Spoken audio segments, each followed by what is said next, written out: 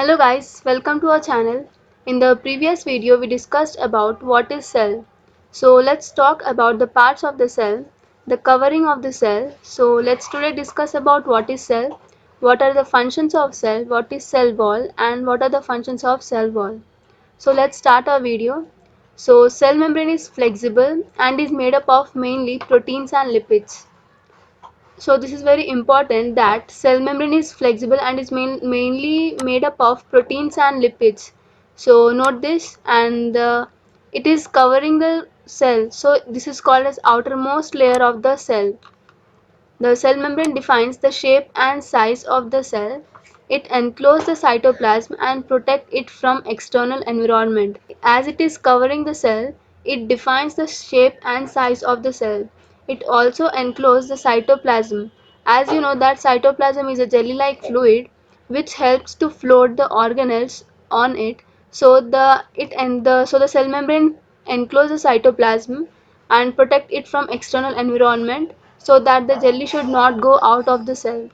Inside a cell, one finds a very specific composition of various substances which maintain balance. So there are many organelles which are present in a cell like liposomes, lysosomes, mitochondria and Golgi apparatus, endoplasmic reticulum. So they all need a perfect balance.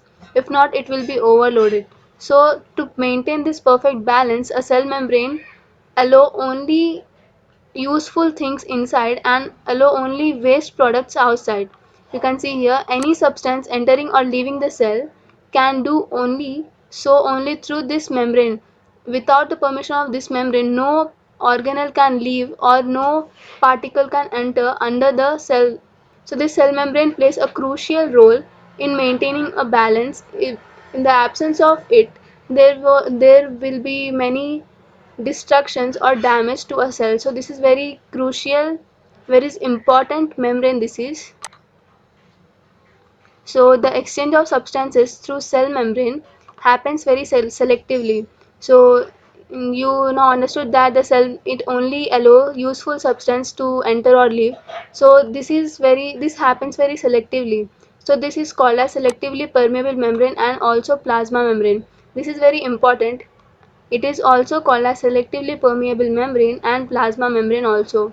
So one important point that the cell is can't seen by our naked eye.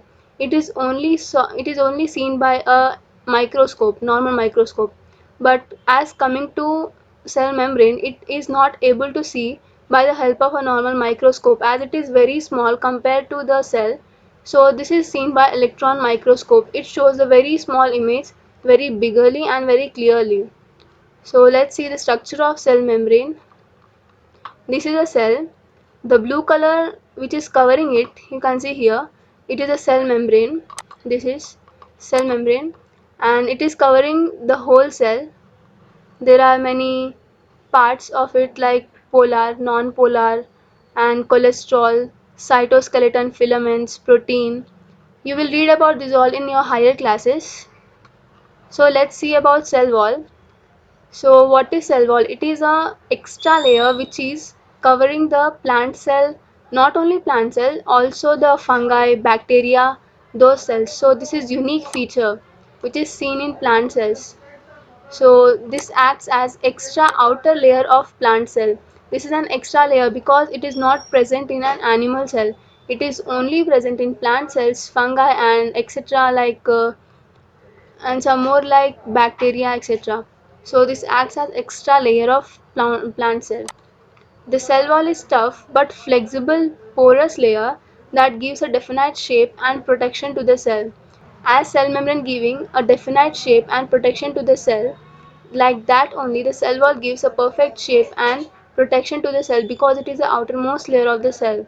Cell membrane is present in plant cell but the cell wall is an extra outer layer. So there is double protection, there is double layer. So cell wall continuously exchanges information with other cells during growth and development. Where there is development, there are many cells which are present in plant cells or fungi etc.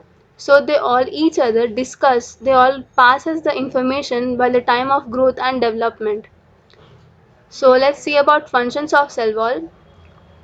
it, it exerts an inward wall pressure to resist the outward pressure exerted by the cell sap.